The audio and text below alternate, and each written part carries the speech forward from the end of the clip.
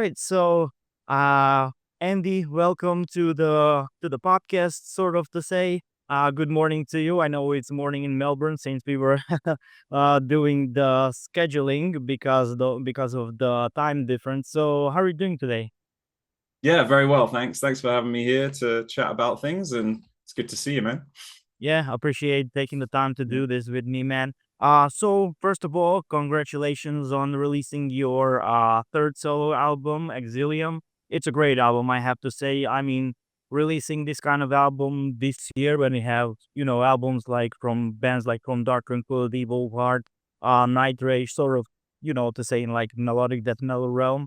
It's really great to hear this kind of album from you. So Exilium is like a concept album. It has some sort of a story as much as I picked up from some of your posts. So can you tell us more about that? Like just in short, like what the story encapsulate in terms of like the music or the lyrics or pretty much whatever you want to say about that. Yeah. I mean, the album is about a knight who is exiled from a kingdom by a mad king, and you've got this story following the knight kind of, you know, being hunted into exile, chased out of the kingdom, and then kind of the survival of that and what that character does from there, and then it kind of takes you through um, different stages of that journey and that sort of sadness of being in exile, and then raising an army to go back and overthrow the kingdom again. Yeah, all right, Yeah, cool. Yeah. I mean, you do like hear it when you listen to the album from top to finish. Obviously, you can hear like ups and downs, like the journey itself in terms of music. So, yeah. yeah, it sort of makes sense. And let me ask you, so after releasing like two instrumental albums, what made you think of making an album with vocals this time? And to pretty much like follow up on that, what made you do the vocals yourself? I know you have been pretty much doing like vocal lessons like from scratch, right? To pretty much learn everything and to record it for this album. So how that came about to be? Yeah, I guess it just comes down to the fact that I think a lot of people still want to hear this kind of music from me. So obviously I left the band, Most Principium Est, but I did a couple of solo albums which were instrumental, guitar noodling albums, and Yeah. I realized I think I was a bit naive because I believed that everyone would be into those proggy metal albums where the instrumental stuff, but not everybody. It's not everybody's cup of tea. I understand that, and I think a lot Yeah, of sure. people really wanted me to do to go to. I wanted to give another album in the same kind of style that I would have written for Mors Principium Est. Like, there's no getting away from that. That's obviously kind of what Right. I've done here. I've gone like I've still got another Melodeath album in me. I want to write that. And Yeah. I've thought about having, in the first instance, a different guest vocalist for every song.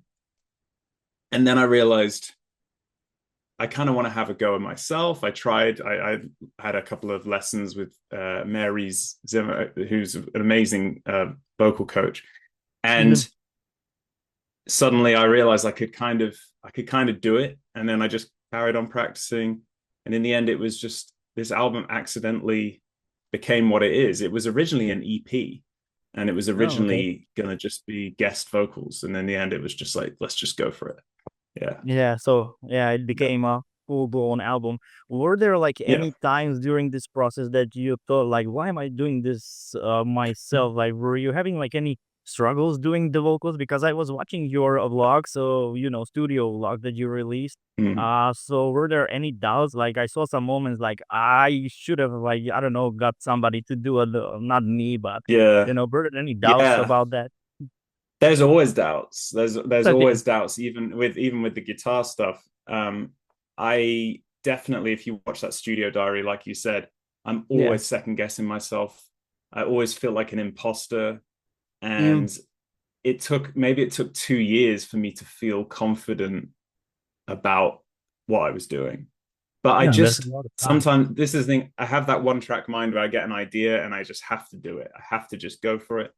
And it ran away from me, and it just became, I had to do it. I don't know how to explain it. I just had to do it. Yeah. Yeah, so you And set yourself a goal and you're just following that goal, and yeah, I mean the results are here, yeah, so it's a great sounding album. The vocals are really great. I was when you thank you. released the first single, I was really impressed by it. I wasn't expecting it to go like full on like like melodic death metal style all the way, and it pretty much Yeah, shows like you put an effort in it. So it the reward is here. So that's the main thing. So that's great. it's really awesome to hear that. So also I noticed the absence of 6 Samus on this album. He was pretty much like doing drums on your first two records, right?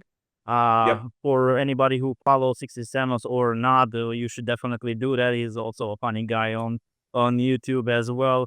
Yeah. I really love his work on your first two albums, but on this one, you actually have Dave Haley from Sick Cryptic. So how this came about to be? Where is the connection? Yeah. Well, Dave He lives did a in great job, Melbourne. so I'm curious about Oh, that. he did. Yeah, no, he did. I mean, Dave's an amazing drummer. He's from a band called Psychroptic, Yeah. an Aussie death metal band. And yeah, like he lives not too far from me.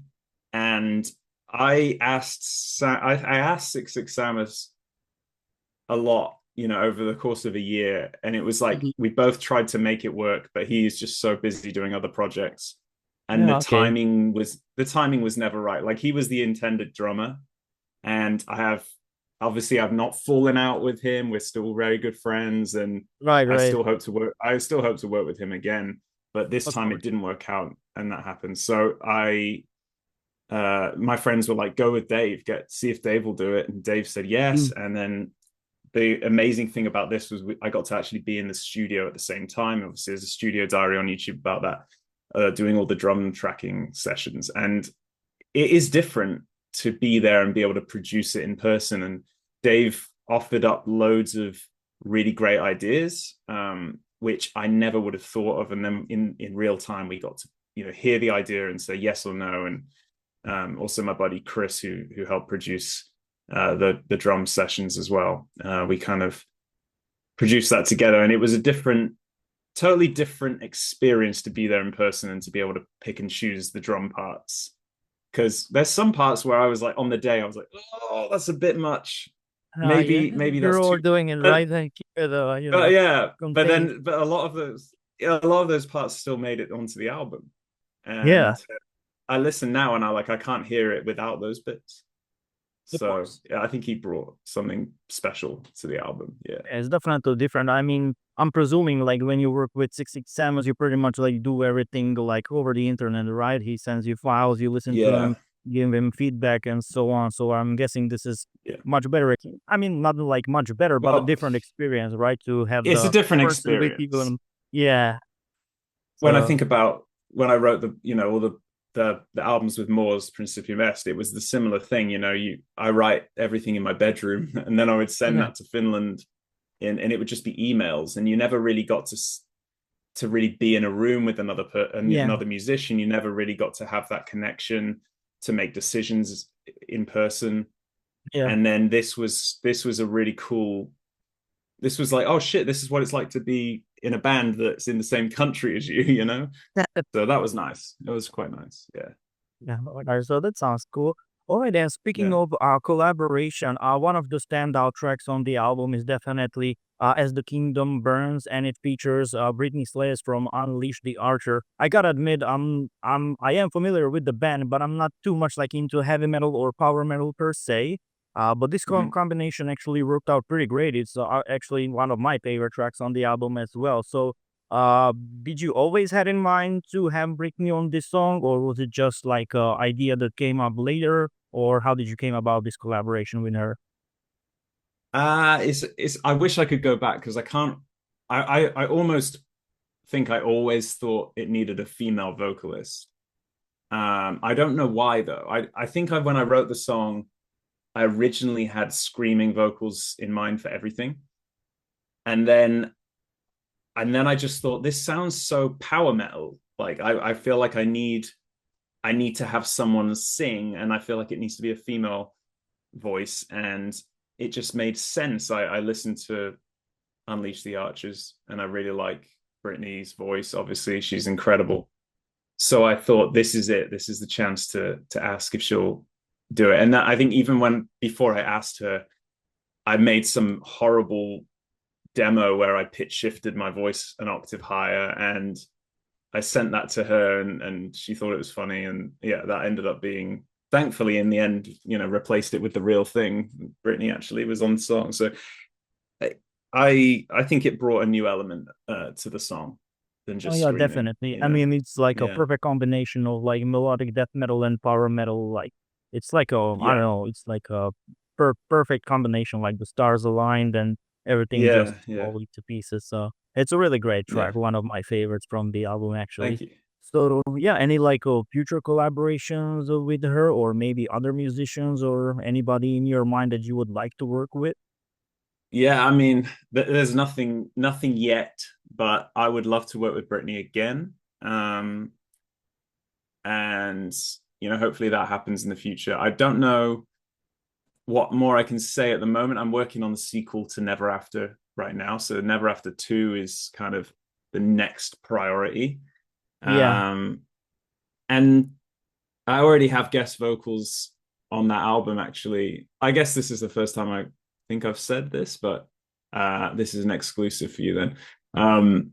My mum is actually on doing vocals on the new Never After album, so that was cool. Yeah, Okay. All right. That yeah. actually pretty much like brings me to the next question. I was about to Oh ask yeah, you about your future projects. I know you were working like on Never After 2 and hopefully Arcade Metal 2 as well. I don't know if you can tell anything about that, but yeah, you can yeah, continue. I mean, I'm enjoying this. yeah. So Never After 2 is, I'm really struggling right now because I've written so much already, but I have this spreadsheet and it's just so many ideas, and I've tried to put them all together and it's really hard to fit them together. It's a weird way to write music, and I've got this one song and it's like 12 minutes long, and All right. nothing not right now, nothing really fits, but they're all brilliant ideas. So we're And I'm doing like, like there's full on tempo prog metal changes. here. Yeah, it's kind of quite proggy, and there's like tempo changes everywhere where I'm trying to I'm like, that would be great. We need to include this, and then I'm like, but hang Yeah. on, this sounds like three different songs. But then I'm like, but I kind of want that because I want it to be like a journey. So there's a bit of a struggle going on right now, but I'm very much deep into trying to finish the writing of Never After 2, and I hope to do that. I hope to finish the writing in the next 6 months for sure. All right. Um, Arcade Metal 2 is something I hinted at straight after releasing the album, and I Yeah, want to you're do pretty that. much like teasing Yeah. it right away. Yeah. So I mean, it's kind of cool because the solo records I've made, I feel like I've now got three different genres. I've got the Never Yeah. After sort of saga. I've got this video games thing that I can keep doing sequels for, and it's like it's a genre Yeah. in itself. And now I've got the Exactly. Melodeath. I've kind of proved I can do the Melodeath thing myself again, so that's cool. I think Exilium is done. Like that's one story in itself. I don't think I can return to that. Probably. I don't want to say never, but Yeah. uh, Arcade Metal 2 is something I want to do, but Oh, okay. I Cool. haven't start. I haven't really started it yet. But it's in my mind. I've got ideas. I've got a list of song titles and inspiration and things like that, but I haven't Yeah, I'm quite guessing a started lot to. of new collaboration as well on that one, right? You had so many Well, guest artists on the hopefully, first yeah. one. Yeah, I was very lucky. I was very lucky to have so many guests on that album, and I don't know if I'll be able to do that again. I hope so. I hope people would want to be on there again. I'm sure you'll So manage. Some people are yeah, gonna want to fingers do that. crossed. Yeah, there are Yeah, too many yeah, like video game geeks and musicians that love that it's stuff. So true. I'm sure you're gonna find some people to do it Yeah, it's eventually. true. Yeah. I think so. Yeah, yeah. Yeah, and you actually mentioned that your mother is going to sing on the Never After too. So does that Yeah. mean that the second album is going to be non-instrumental, or is it going to be a combination of instrumental It's songs gonna. and some with the Mm, vocals? yeah, it's gonna be instrumental mainly. It'll be very Okay, much like the first album. So there was one oh, song cool. on there, Aria, which had a vocal Oh guest. yeah, that's true. And this one will have a little bit of vocals from my mum and possibly from my dad too.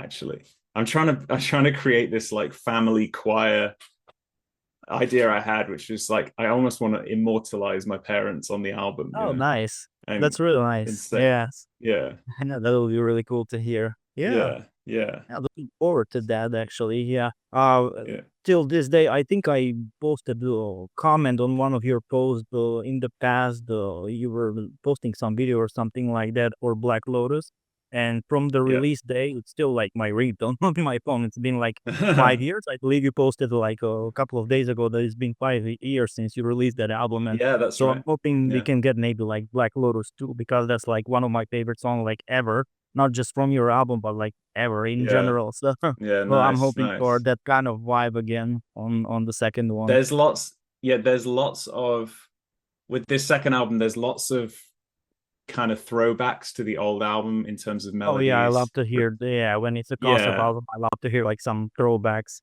Yeah, I wanna like kind of have a bit of a mirror image to the old album, but obviously it's new songs, but every now and then I want people to hear to remember something from the old album. And Yeah. yes, just yesterday, I'm giving a lot away now, but like yesterday, I was stuck trying to write a riff, and I thought, what do I do here? And then I start to play the Black Lotus riff, and I was like, damn, we need like the positive version of that. We need like the Okay. happy version of that riff, kind of thing. So I'm Yeah. always trying to do that. We'll see what happens. I'm almost there. It's just I've tied myself up into this knot, and I don't know how to get out of it. But I'll work it out. I'll work it Yeah, out. you will figure Yeah. it out eventually. Yeah. Mm. So, I know this is a little bit far-fetched perhaps because I know you're pretty much like one-man army at this point. You're doing everything yourself from writing music, Yeah. recording, even like sending out merch in beautiful pizza boxes, by the way. And so you're doing everything on your own. But I know you have been touring in the past a little bit, at least in Australia, right? When you were supporting Yeah. Bellacore and Orpheus Omega. Yeah. And I even watched one of the live stream that you were showing for us. And is there like, are there like any plans or maybe going out on the road again? I know you have to like find some people to play with you, obviously, but is Mhm. there something that might happen in the future and maybe going even like overseas, like to Europe or USA or something? Yeah. Yeah. I'm keeping my options open, but it's not an easy thing, I'll be honest, Yeah, because yeah, like with the instrumental stuff, it was a bit easier. And I've got some friends here in Australia who are great musicians, Frankie and Ryan, brilliant musicians, and Leon yeah. as well, who played bass a few times for me. And yeah, it's kind of I don't know. It has to be a good enough situation that we're not going to lose 3 months of our lives and make no money and come back broke. That's the only thing that Yeah. we need to be careful about, because it's not it's touring is not everything people think it is. Even some big bands are going out there and coming back making no money. So I'm keeping my options open, but technically speaking, I've also got to really try to work out the logistics of how we do this. Oh And a yeah. lot of that might be giving certain guitar parts to my buddy Ryan so that I can do the vocals. Because obviously now we're introducing vocals, it's a totally Yeah. different ball game. Exactly. There's not all I can say is there's nothing planned, but I'm keeping my options open. Yeah. Yeah. All right. I would love to see you playing live one day. I know Yeah. you were with Morse actually here in Slovakia in Bratislava. I don't know how Yeah. many years back, and I actually missed that show for some reason. I don't know. I Oh was no. working night shift or something like that. I couldn't get a day off or something like that, and I was like so bummed I couldn't make that show. I mean, it was so. I'm hoping you I will think come we to these parts again in the future. yeah, I think I remember playing there twice. Oh, I remember the venue. I think we played in 2013 and oh, two that's a and I long think we time ago. I played wasn't here back then because I'm actually like from yeah. Serbia and I came to Slovakia in Uh like late 2015, so I wasn't here back yeah. then. But this was like something 2016, 17, 18, I don't Yes, know. yes. No, it was 26. So we played with I think we played with the Agonist and Threat Signal on a tour in 2013, and we played Slovakia then. And then we also played, I think it was 2016, maybe. we toured with. No, actually, I think it might have been 2000. Yeah, it might have been 2000. I can't remember, man. My memory's shot, but that we played with Onslaught. I think we toured with those guys, and that was a really fun tour. That was a really fun tour. Yeah. Um, so yeah, I almost remember the name of the venue, but I don't think I can remember. Here in Bratislava, Yeah, where would it have been? Do you know? it's called Randall. Yeah, Randall, the Randall. Yeah, we played. We Yeah, definitely yeah. It's played not there a a couple big of times. venue, Yeah, but actually a lot of cool yeah, bands have been playing there. I yeah, saw Paradise Lost play there, Dark Tranquility. So a lot of cool bands are yeah, playing there actually. Yeah, but yeah, sometimes they move them to a bigger venue that's right next door. So sometimes they yeah, play there. But yeah, this one's a little bit smaller for like I don't know, like smaller yeah. bands or whatever, smaller tours or something like that. But yeah, so yeah, That's cool. I hopefully I'll remember see that you place. there one day. Yeah, hopefully, man. Hopefully, yeah, Yeah, for sure. hopefully. All right, Andy. So I won't be keeping you any much longer. I know you're tied with your schedule. So do you have like any like final words or maybe some kind of advice for young aspiring independent musicians like yourself that Mm. are doing everything by themselves? Yeah, I mean, first of all, thanks to anyone who's listening to the music I make. That's the most important thing to me. I really appreciate that. Um, Advice for young aspiring musicians. I think the main advice I give is try to enjoy what you do, because we put a lot of pressure on ourselves, and it does seem like it's getting harder and harder to stand out. And I think Exactly. the only way to really do it is to be true to yourself and to make music that inspires you first. If you're enjoying it and you're really inspired, then that everything else can come second. Just make sure you're doing it for the right reasons. And yeah, and good luck to anyone who's trying, because obviously it's really difficult to make, to be successful in music these days, because everyone can do it. Everyone can do it. But Yeah, but as you said, like it's hard to stand out. So it definitely needs to be yeah, like it has to come from a heart, like from a genuine place to actually, yeah, and that yeah, put that yourself if it out comes there. from a Yeah. genuine if it comes from a genuine place, then it won't feel like it's a chore. It won't feel like you're trying to be something you're not. And then it becomes something spiritual. It becomes something that's within you. And it sounds Yeah. cheesy, but it's true. Yeah, that's why I'm Um, enjoying. I'm not like yeah, following you live when you're on when you're streaming, but I'm actually watching your videos when you post them on YouTube. When you're yeah, doing stuff with your like Patreon, so that's also fun yeah, to like watch how you make music with other people, like giving their input. So that's also yeah, like a fun way of doing music. So it's not just like let's yeah, do yeah. something just because we want to do it, but it's actually like a fun experience and it comes from a heart. Mm, You do all these things and like, oh, let's do this, and like it makes yeah, you excited to like write something out of pretty much like yeah. not. Yeah, Well, a lot of Exilium was written like that, actually, on live streams. So yeah, yeah, I do a Patreon campaign, and yeah, every month get together with my patrons and write music, and it's a really fun experience. So if you want to support me on Patreon, you can. If you want to pick up a copy of the album, you can go to my website, andygillion.com. Otherwise, just listen. That's all I can really hope exactly. for, is While you're people to mentioning that, listen. so when you go Oh to that yeah. website, you can buy this baby. So yeah, I'm so glad that finally got to you, by the way.